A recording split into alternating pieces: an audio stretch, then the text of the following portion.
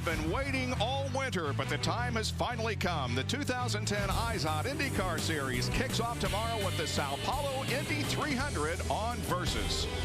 A very racy 2.6-mile 11-turn street circuit has been built in Sao Paulo, the third largest city in the world. But one section of the track is a little slippery, and so there will be no qualifying today. It has been postponed until tomorrow.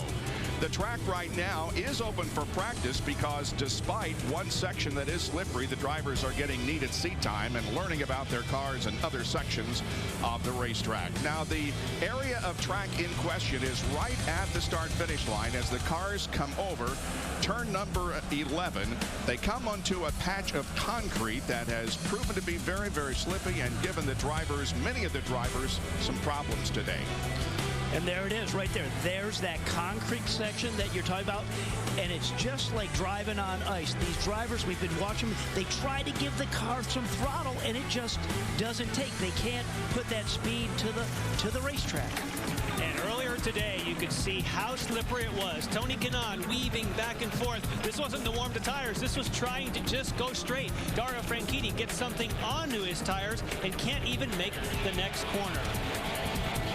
And now let's get on board with Helio Castroneves. Just now watch his hands as he's on this section. Look at it. It's just moving back and forth like he's dancing. You know, we know he knows how to dance, so that's a good thing. He didn't end up in the wall. But you can't race like this when you just can't put the power down in a safe manner. And his teammate, Ryan Briscoe, certainly has a lot of experience as well. But check this out. Whoop, little slip here, little slip there. Get another gear. I'm looking good. Oh, maybe I'm not. Okay, we're still good. I got it. Oh, no, I don't have it. Oh. And he makes slight contact with the wall. And that was it until he made it back. And you said get a gear. He's in fourth and fifth gear doing that. And look at that. He's like, I got it. I'm going with throttle. Oh, no, I don't. And around it goes. And just a little tap of the wall. We should explain the reason it is so slippery. It was painted for the Carnival.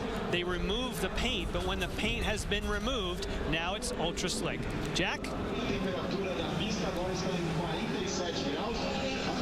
Yeah, and I've come down where the Sambadrome is, and I'm going to explain to you a little bit about what you were talking about. Take a look at the concrete down here. Once that paint was stripped off, it's a very smooth surface. Now, back in the United States, there are racetracks that have been built to concrete because that adds more traction. But what they do is they actually put tiny little grooves, like sawing across this smooth surface. That's not the case down here in Brazil. And what has happened, because it's on a straightaway and it's more than a half-mile long, the issue is you don't lay any rubber down. So overnight, and they've been working 24/7 for the last 3 months on this facility. They just closed it last night. A crew will go to work, and they will make some sort of an adjustment to this so that the rubber will be able to meet the road and not be so slippery. Yeah, I guess a little bit of grinding will go on later this afternoon or this evening in hopes of improving the situation for tomorrow and a short practice period before we qualify. And I would think once they grind this section, this is that same area, the Zombadrone area, which is part of the Carnival. That's where those permanent grandstands are, as they have the Carnival go right through that section. But I would think, whoa, a little blow through the chicane there by Simona. But that grinding should give it enough grip, because remember, they're not turning in that section. They're in a straight line, so you would think we'd be able to put power down. We're watching Takuma Sato here in the lead car and Simona Di Silvestro in the second car. Now, the times you're seeing at the top of your screen are this session only. Scott Dixon has been the fastest of all with a time of 131.7 and a speed of 99.483 miles an hour. Tony Kanaan was second on the speed chart in the combined practices today. And Simona Di Silvestro, who we're seeing right there, she is slotted in the 9th spot right now in this session. But Jan, we were talking how impressed we were by her. She was 13th in the practice this morning, and then I think 12th in another one. So she hasn't made any mistakes and is looking very strong. And the reason everyone is out here, and you can see almost all the cars are going to take part in this practice. Sure. Oh, whoops. And that's on the slippery section. Wow. That's KV Racing, and it looks black. If it's black, that would be Mario Moraes. Yep. I think you're spot on that. A late entry. Didn't have a deal. A few weeks ago, we spoke to him at Barber Motorsports Park. He's walking around in his street clothes saying, I've got nothing. He's got something to drive now, but he has rubbed the wall.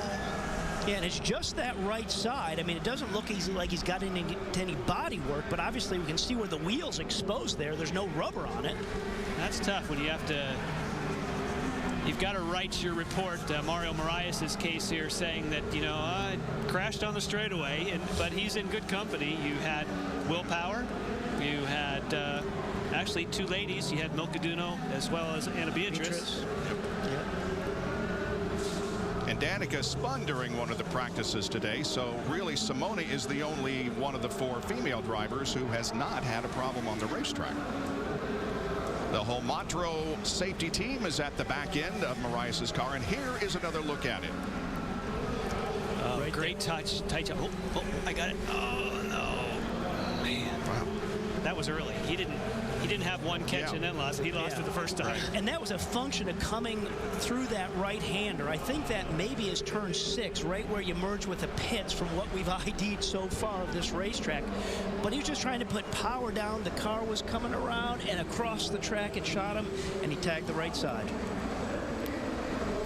There, of course, quite a bit of anticipation and excitement about this race because so many of the IndyCar Series drivers are from Brazil and many from this specific area of that country. There is Helio Castroneves' car. He, of course, is one of the real favorites and fan favorites here at this facility in this country. Helio Castroneves ready to go in tomorrow's race. Brazil is definitely, there is so many things, special things. You know, last time we were racing there, IndyCar was 2001. And now, coming back to the streets of São Paulo, the place that I actually start racing, and having my family, my friends there, giving the opportunity for the Brazilian fans to see what the American fans is able to see all the time. I can't wait. I just can't wait to be on the race, first of season and in Brazil.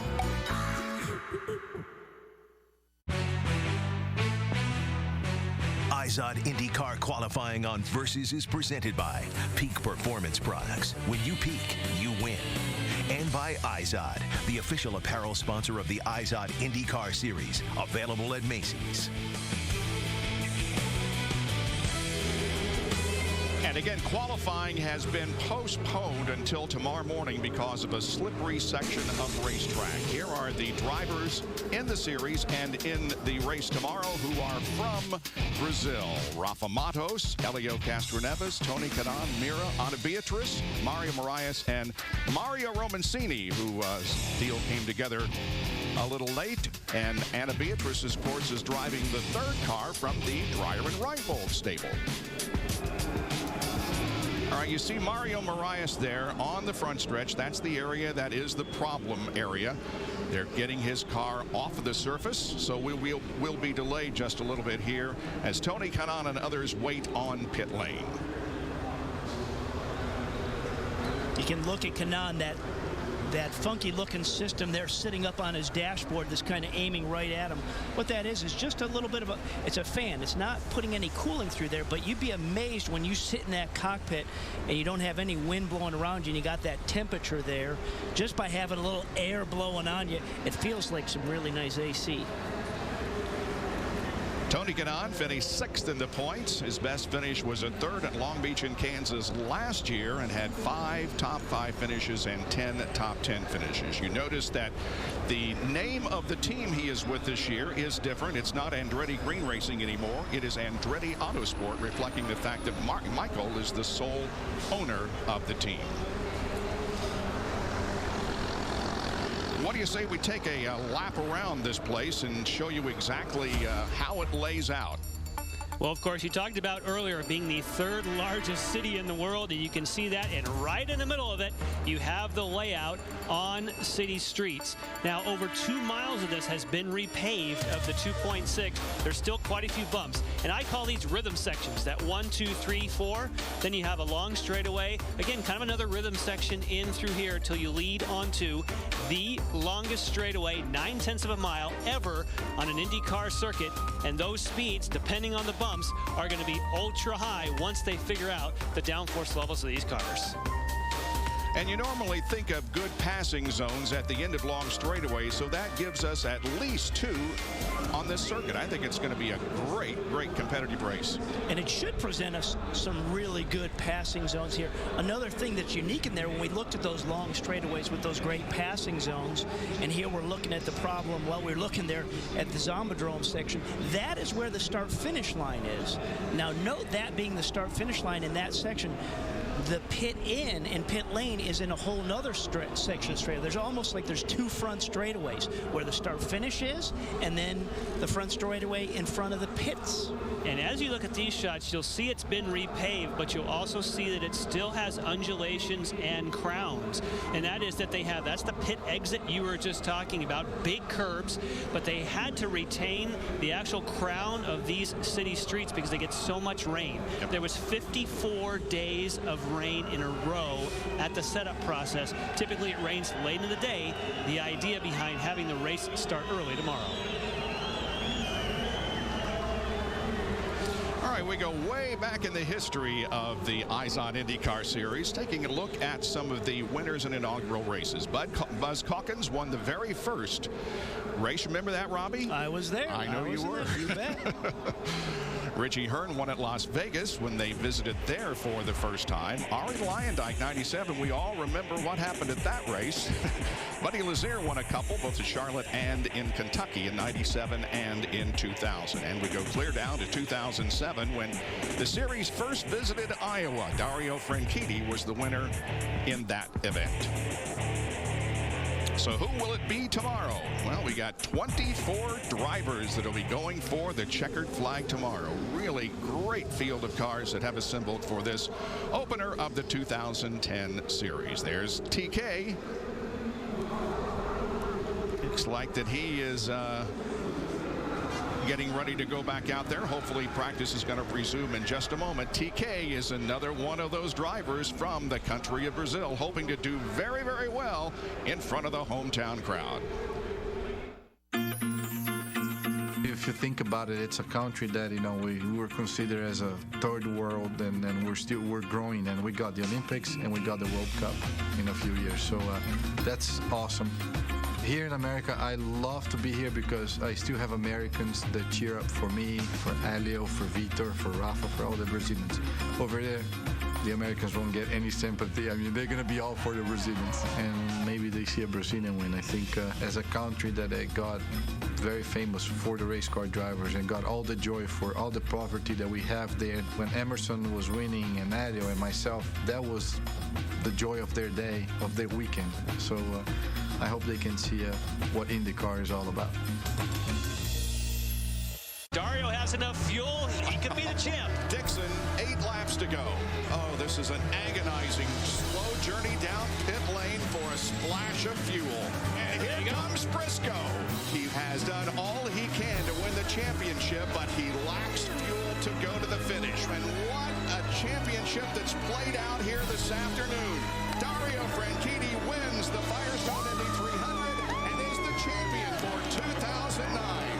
Great job to everybody. 8 points separated the drivers going into the final race. The margin was 11 at the end of the race. During the season, 15 times the points lead changed in 17 races. We had 6 different race winners and 6 different pole winners in the 2009 season. 2010 could be even better than that. On board now with Dario Franchitti down this slippery section. And we just heard him just back off the throttle. Usually when you're in a straightaway, you just hear that sound of full throttle and the RPMs ramp up. But no, we heard him go throttle and then come back. And he was the driver that said not till here. In turn 4, do I get my grip back? Because not only is it slippery, but it puts kind of a sheen on the tires, and you don't have grip until that gets worn down. So now he'll be back to grip, and that's why everyone is practicing. All these sections of the racetrack will remain the same. Tune the car for here. You'll have more grip in the other section later. That'll be picked up tomorrow, hopefully. But you can see, you said in your little map a ride around the track. They resurfaced 2 miles of this track, and that's what we see here, this nice new black target. This is a fairly smooth section. This is turn 9 and then turn 10, one of the fastest corners onto the track, leading onto that long back straightaway. Pretty good speed through here. High end to second gear. Very smooth here, but now the second half of this back straightaway, it gets bumpy. It's smooth right now, just watch, but there the bumps begin, and this is where we said it's going to be a great passing zone to set up here, but the bumps are going to maybe dictate where guys can go. When you're trying to brake on the bumps, you're trying to make moves, there is no question that that is going to be a high-intensity area. Then just listen to the throttle. He can't put it down.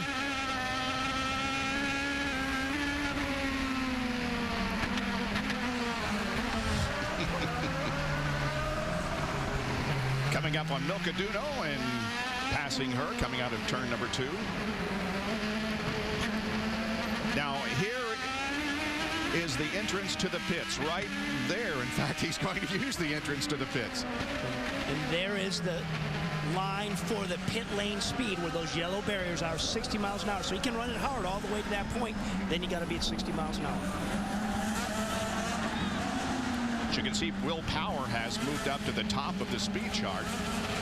In this practice session, we are not qualifying. Qualifying has been postponed until tomorrow because of the slippery area of the racetrack. And even the qualifying's been postponed to tomorrow, and you have that one section that they're going to grind and make hopefully a whole lot better. You still can get out there and learn about the rest of this racetrack. It's just that one section, that straightaway. So that's what they're focusing on doing. And the big trade-off here is you want downforce to be able to make all these slow corners, but you don't want downforce because it creates drag and makes you go slow down the straightaway. That is the big gamble. We talked about Will Power being the fastest. Now he's going to get a few tuning tips on pit road. So, Will Power at the top of the charts. It was funny, Will obviously had that big incident in Finian, broke his back. He's back. He's 100%. But you still, as a driver, back in this back part of your head, you're like, hey, do I still have what it takes after that? Am I going to be fast when he comes back? Well, he answered that question at the open test we had at Barber Motorsports Park a couple weeks ago and went right to the top of the chart. So you want to talk about reassuring a driver, just like, okay, nothing's changed. I'm still the guy. I can deliver for Roger Penske in the position they put me in. It's the first time that Roger Penske has run a 3-car team since 1994. And the drivers then were Emerson Fittipaldi. Yep. And Paul Tracy. Good. And Al Jr. Very good. M.O. Tracy and Al Jr. Phew, past the first test of the year. That could be a struggle for me. The first on-air test. Yeah, right. You failed a few of the other ones earlier, but we won't mention those. Do you want me to call you out right now? No. Okay. Okay, boys, now don't. Now, you saw in Will Power stats that it's fair to call him, in a way, a street circuit specialist. I mean, he's fast everywhere, but he loves street circuits. His claim to fame was what he did down under in Australia on those street circuits, and then what he's done in Long Beach is where he got a pole as well. So there's no question. And he won in Edmonton, which is not a street circuit per se, but very bumpy like it is here. I remember watching Will in Australia, and he was absolutely brilliant in terms of the speed that he could put down. If he needed to go 2 more tenths, it seems as though he could go out and get it. This is Milka Duno, and she has switched over to the Dale Coyne team this year. And whoa, Elio was a little bit bouncing wiggly around into turn 1. Man. That's because the end of the slippery concrete is at the approach of that corner. So you're taking it easy, then you try to go for some late braking, and he decides, I'm going to head to the pits because that was a bit too squirrely for me. Yeah, that was a purposeful move. Kind of the way all of a sudden he dove. I know. He dove off our screen. It's like, oh, no, he meant to do that. We should warn our viewers about that. If you see somebody turn right very quickly, they're probably entering the pits. You can hear the popping or kind of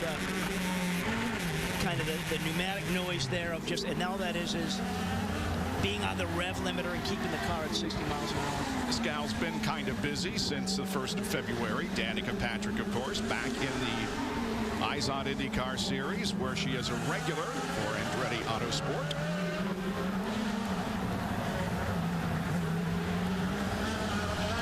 She's shown as 13th quickest at the moment. You know, it's going to be interesting to watch her progress through this year and just see how easy it is for her to switch back from being one mindset with the NASCAR car and the mindset of Indy cars. You know, right now, when you come to this event at Brazil, and it's only a 2-day event, you got to get with the program right from the beginning. If you miss 2 laps, you're behind.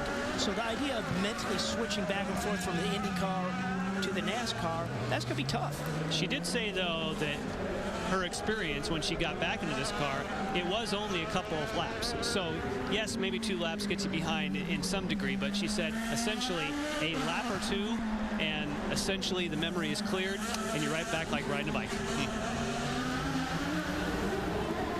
Well, you hope so. You got that's what she said, yeah. The level of competition that we have here now, you know, you miss a session going into a race weekend, you're not going to get caught up. When I say you miss a session, that doesn't mean physically. Maybe you're just kind of not gelling with your crew and in your rhythm of things. This is turn 6 and the exit to the pits there on the right. By the way, she did move up to 10th, so she went up 3 spots with that last lap. Starting to see some rubber laid down on the racetrack there. We're just that's really the first we've seen of seeing the proper racing line. And that'll make a huge difference. You start getting an actual groove run in, get some down. Anna Beatrice has got the car repaired, had a bit of a prang this morning. Thankfully didn't look too serious. In the exact same spot that Will Power had contact in the slippery concrete section. Yeah, her contact was a little bit more bent, the left front, but you know, that's a shame to see. And one thing too in that section of the Zombodrome is it's that concrete, but it's also crowned. So when you're on the left side or the right side of it, it pushes you into that wall. You know, the wheel spin kind of push you and turn you right into that. So it's a tough deal. But this is Anna's debut in an Indy car.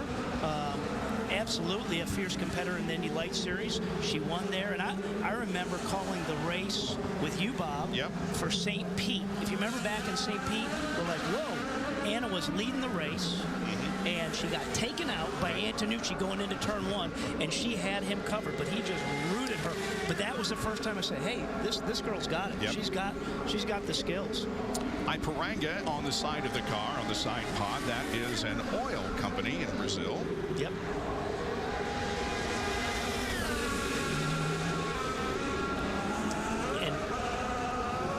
And Anna is managed by Andre Ribeiro.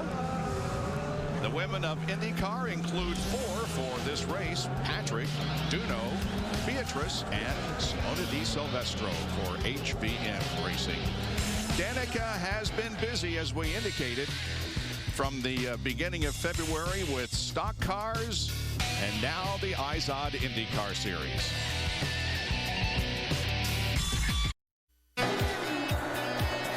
A performance by Justin Wilson here at famous Watkins Glen. The pack behind him can do nothing except watch and marvel. It's a 2nd win in the series. First for Dale Coyne. Great, you dominated all day, Justin. Thanks, guys. Just incredible. Thank you. A win for David against Goliath.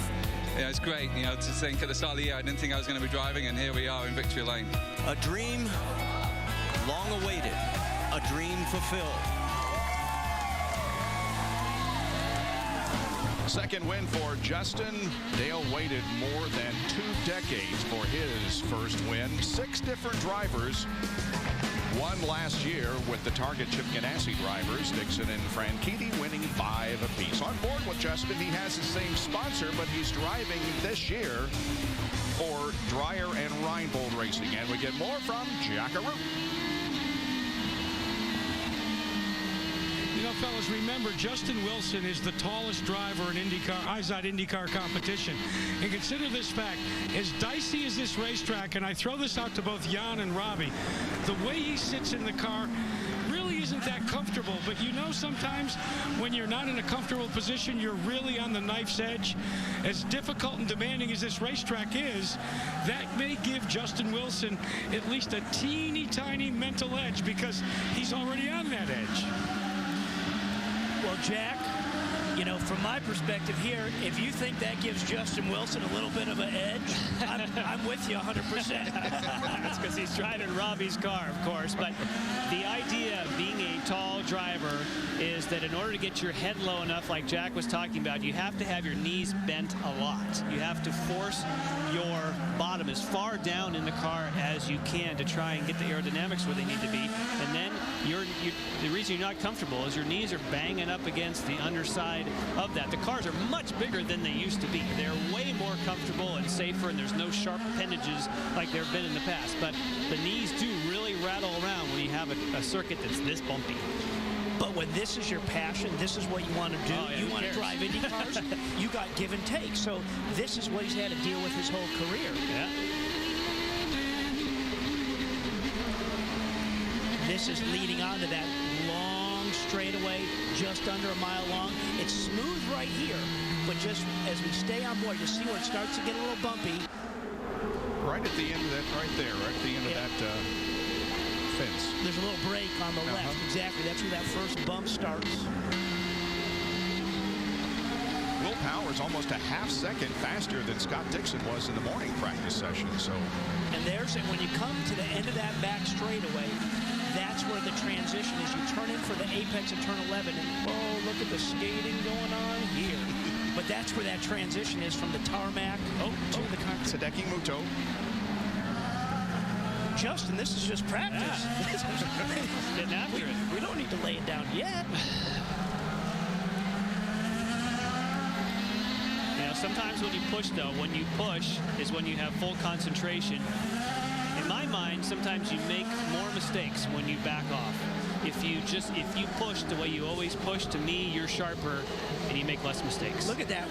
This is the first show. I agree with you 100%. Oh. Not the first show. Mark that, would you? Well, we agree on of the year, yes. That's what I'm saying. Yes. So, okay. How good is that? 2009, a good year for Justin. Finished 9th in the point standings with the win at Watkins Glen and 7 top 10 finishes. He went to P4, by the way. That's 4th. He was getting after it. He's 4th on the list. And he was, I believe, 5th fastest at Barber Motorsports Park, Birmingham. But remember when we just saw that, where he tripped the start-finish line was on that concrete. So that is where the timing line stopped, and then he came into the pit. So it was that lap that we were on the camera with him, and we were saying, hey, you're kind of getting racy there. Well, that's right in the same place that you tripped the timing line that put him up to P4. If you're just joining us, we were supposed to be qualifying for the Sao Paulo Indy 300. However, qualifying has been postponed until tomorrow morning. There is a section of racetrack that is very slippery, and right there it is, coming off turn 11, and the area right at the start-finish line, and we apologize for any picture breakup. That is not our problem, coming from Brazil. So the practice is going on now, or is just about to wrap up, and qualifying will be held tomorrow prior to the start of the race. We will be with you, however, live for the Sao Paulo Indy 300 beginning at 11:30 tomorrow morning Eastern Time. Now, don't forget to set your clocks up, those of you who will observe daylight time. We'll be on at 11:30 Eastern Time tomorrow morning with live flag-to-fly coverage here on Versus. Back here in Sao Paulo, Brazil, for the first ever race on the streets of Sao Paulo. Jack Arut is caught up with Tim Cindric, who has basically been calling the shots for Helio Castroneves, one of the Brazilians in the race. Tim, because of the fact that this racetrack is still so uncertain with things, and yet they just finished this racetrack, you haven't had an opportunity to really see all the way around the racetrack. What is Helio telling you about the biggest challenges? Yeah, obviously tomorrow is going to be something different than what we've ever experienced, but obviously we're having trouble with traction coming out of the last turn and coming down the front straightaway, and then there's the transition from the concrete to the asphalt and the braking zone of front straight. Those are things you deal with on street courses. Here it's just a little different, where you've got some of the best guys, spinning out in a straight line. So what they're doing for tonight, where they're going to grind the racetrack and basically give us some traction going down the front straight, it's the right thing to do. It's going to make things real interesting for us tomorrow, but the rest of the racetrack is really good. And really, we've been concentrating all day today on the rest of the racetrack. racetrack, and we'll get the rest of it right tomorrow. I'm not trying to sound like Pollyanna, but in a case of a glass half empty versus half full, having qualifying on race day, I would think allows you to do some different things because you know what the track conditions are going to be on race day. It's not a blind guess. Yeah, the first thing you hope is you get out of qualifying with all four wheels on it, because you don't really have that much time to where you would have to go to a backup car, obviously, in that very short time period before the race. But it's really going to be two different mindsets. You're used to hanging it out, you know, on Saturdays, and then Sundays you get up with a mindset of, okay, patience, let's race. You know, what I hope is that impatience that you typically have in qualifying doesn't carry over to the race. This is the first time in a very long time that Penske Racing has been commissioned to field 3 cars for an entire season. As the head of that organization, what's been the biggest challenge there? It's really just making sure all the right people are in the right places, and to be sure that we didn't want to just add a third car and add a group of people to that. We wanted to make sure that we looked at all of our people globally and said, who's the best person for each position within our organization? So we looked at it almost a clean sheet of paper in some ways, and if it was a flip of a coin, then obviously we didn't change for the sake of change. But you know, we're looking forward to getting Will back out on the racetrack and actually, you know, having his first competition in quite a while. And Bob, as much as things have changed for Team Penske, the one thing that remains the same, he will be in contact all season long with Helio Castroneves. Looking forward to their 3-car team this year. Well, the 2010 IZOD IndyCar Series begins with new faces and several drivers switching teams from last year. Now, one name that you do not see on any list, at least at this point, is Graham Rahal, but that is about to change. Graham has joined us by phone, and the bad news, of course, is that Graham is not in Brazil, or maybe that's good news. I don't know. We'll find out in a minute. But, Graham, tell us what you got going for the races coming up here in the next couple of months. Well, absolutely. Thanks for having me. Well, as we just announced, I'm going to join the Dollar General Sarah Fisher Racing Group for St. Petersburg and Barber. And so obviously very much so looking forward to that. And obviously St. Petersburg's a place that's been really good to me in the past. So I hope that carries on. And beyond that, well, we've got a lot of things that we're working on. Nothing I can comment on yet, but there are a lot of balls up in the air, and as we all know, one's going to drop, but it's just a matter of time. And obviously, as we look forward, the time crunch to get anything ready anytime soon is getting tighter and tighter. Hey, Graham, Robbie Buell here. First off, real happy to see that you're going to be in a car in St. Pete with Sarah Fisher in the Darrell General car. Are you going to have an opportunity to do some testing and kind of get to know the guys behind the scenes there at that team before you show up at St. Pete? Yeah, absolutely. Actually, I think we're going to do some testing at the end of next week, which will be good. And I've spent you know, a few days at the shop over the last week, and it's a great group of guys. And I think what Sarah has done there it's very impressive. And I think when they first called me to ask if I wanted to be a part of it, you know, I wanted to go see the shop, and when I saw the shop, that's really what sold me on it. It's a very impressive group, and I think that you know, we're going to find out obviously when we go testing to see how competitive we'll be. But I think everybody's cautiously optimistic. They've done a lot of hard work over the winter to get the cars prepared, obviously both for St. Pete, Barber, but also the oval races that Sarah and Jay will contest later in the year. So. Yeah, I mean, we're gonna go run. We're gonna see how it all plays out. But I think, like I said, I think we're optimistic as to what's to come. And Graham, it's Jan. Your thoughts on what you're seeing in Brazil with getting wheel spin on concrete in 5th gear and people with lots of experience crashing on a straightaway. It looks like it's a big challenge. Yeah. Actually, I got a text message from someone just a minute ago saying, "Hey, if you missed one race, you're lucky this is it." But I, you know, of course, it kills me more than anything to sit here at home, you know. And I don't think that I'd much rather be there struggling than sitting here. I know that, and it does look like it's. I guess the front straight, right? The concrete has been the real issue, and actually I was just watching the video online, but it's it's a shame that it turned out that way. But, you know, as I said, I'd much rather be in their seats than where I'm at right now. Graham, I got to ask you, because it has been speculated a lot of places on the internet and a lot of other places that you may eventually be part of a 3-car Ganassi team. Now, can you comment on that? I mean, I can't. I'd prefer not to comment on it right now. Fine. You know, we are working on a lot of things. A lot. There's been a lot of rumors about Ray Hall Letterman getting back in it, about Ganassi, Newman Haas. I mean, there's been a lot of rumors, and I can't comment really on anything. All I can say is that, unfortunately, we've been put in an unexpected position this year. But I think everybody is determined across the board to get back in a full-time ride as soon as possible, and if nothing else, at least try to get something for the 500.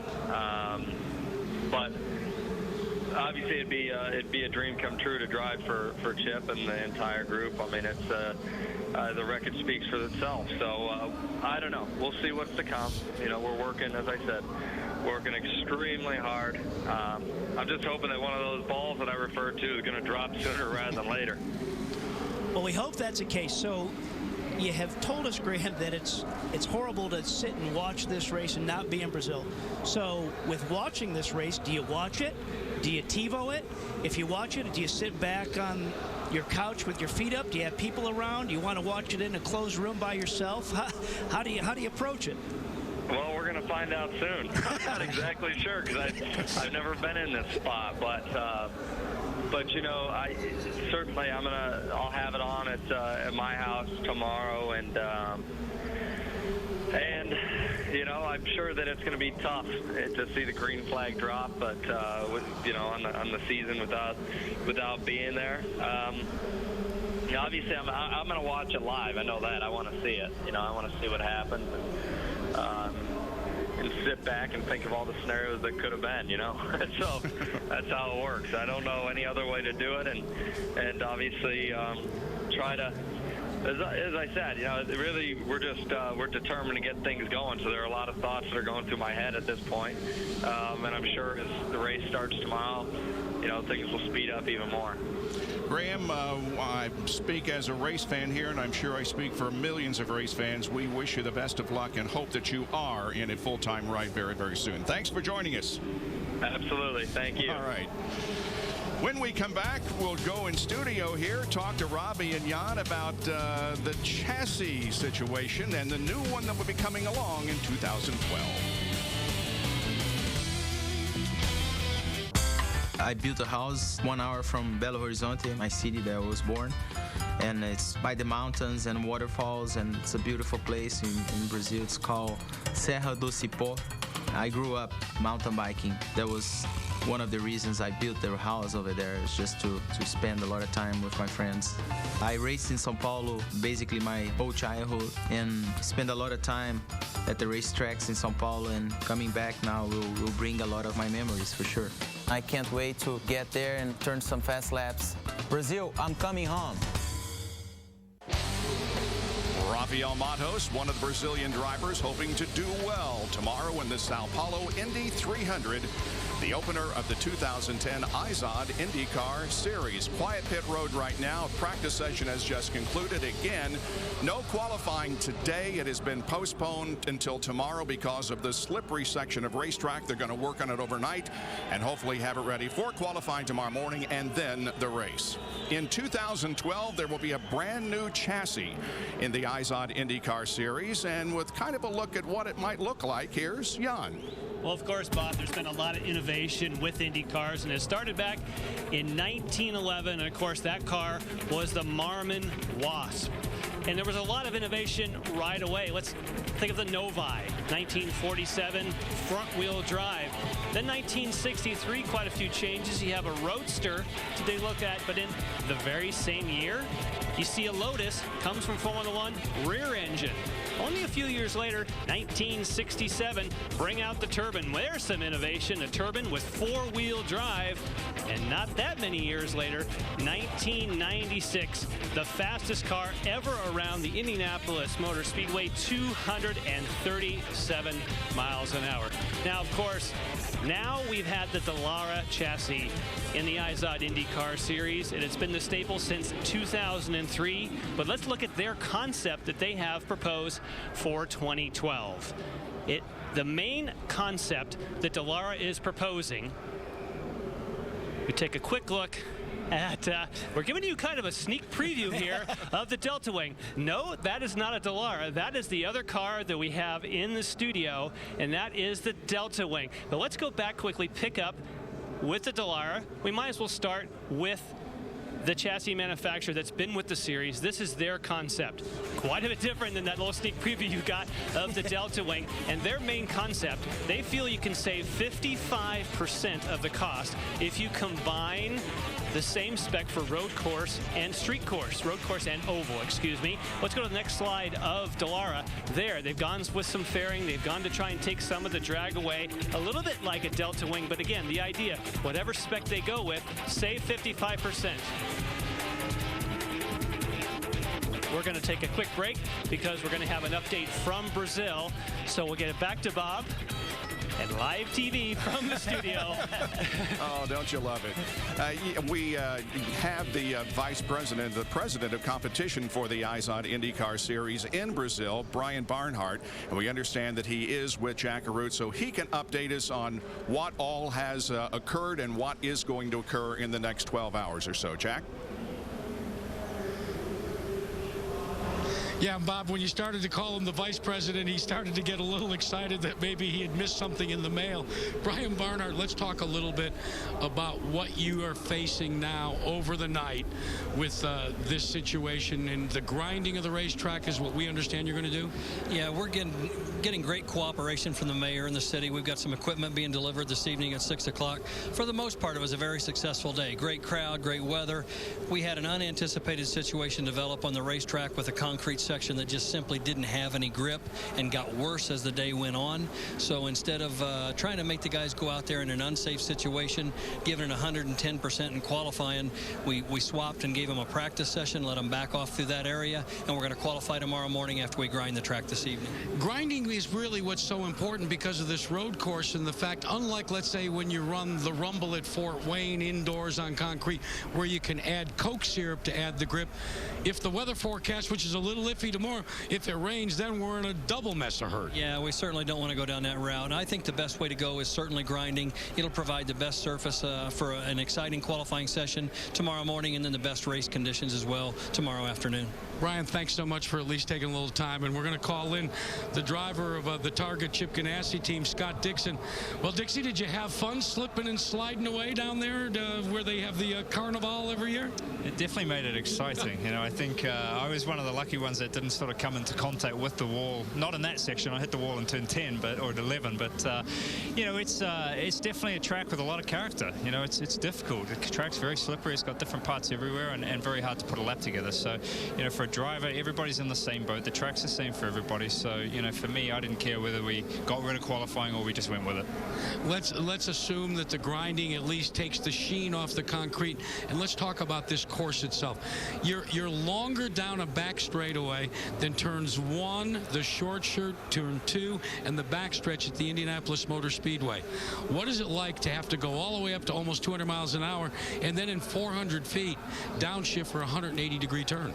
Yeah, you know, if it was typical of a nice flat straight like we have at Indianapolis, that would, you know, be a little easier. At the moment, it's very bumpy. You know, the car's moving around and you know, things like that. So it's very different from that place, but it's a lot of fun, you know, I think, and more importantly, it's going to add to racing. You know, you can actually slipstream. I did it in practice. You can get close to people. You can then outbrake them into the last hairpin, and that's throughout the circuit. You know, I think a long straight with a big braking zone is what we need to pass. So, you know, on that standpoint, and everybody here in Brazil, I think for getting the circuit ready in such short amount of time, they've done a hell of a job. All right, here's the $64 million question. Tomorrow afternoon, if you are out front, do you want to be in first or in second going into that long back straightaway on the last lap? You always want to be first, so I want to get enough space between 5, 6, 7, 8, so I don't have to worry in the backstretch. Well, there you go. You got a strategy for tomorrow, Bob. Scott Dixon with Jack Arute in Sao Paulo, Brazil. We're going to take a break, and Jan will pick up on his thoughts concerning possible chassis in the 2012 IZOD IndyCar Series when we return. IZOD IndyCar qualifying on Versus is presented by Peak Performance Products. When you peak, you win. No qualifying today in Sao Paulo because of a slippery section of the racetrack that will be worked on overnight. They will qualify tomorrow morning and then race in the afternoon. Jack Arute is in Brazil. Jan and Robbie and I are in studio. And Jan was talking a few minutes ago before we went to Brazil for a couple of interviews about the possible 2012 chassis. We talked about Dallara. Now let's talk about Lola. Well, Lola would be the next challenger as far as what they have proposed. That is the look that they have proposed, at least one of them. They have said, let's use the same chassis for Indy Lights and IndyCar. And then, hey, what about this idea? Take two different body packages and put it on the same chassis. So you can have two different body styles, but essentially the exact same chassis. So two completely different looks for Lola. Now, for Swift, they have gone with, these are the other two views of the Lola. That's the very same car. They look different, but the very same body package. Let's take a quick Swift forward, switch to Swift. Look at those fairings. The idea is to try and keep from the wheels from interlocking, and those lights, those are little thin plastic panels that can illuminate to show gear position. It can also show fuel position.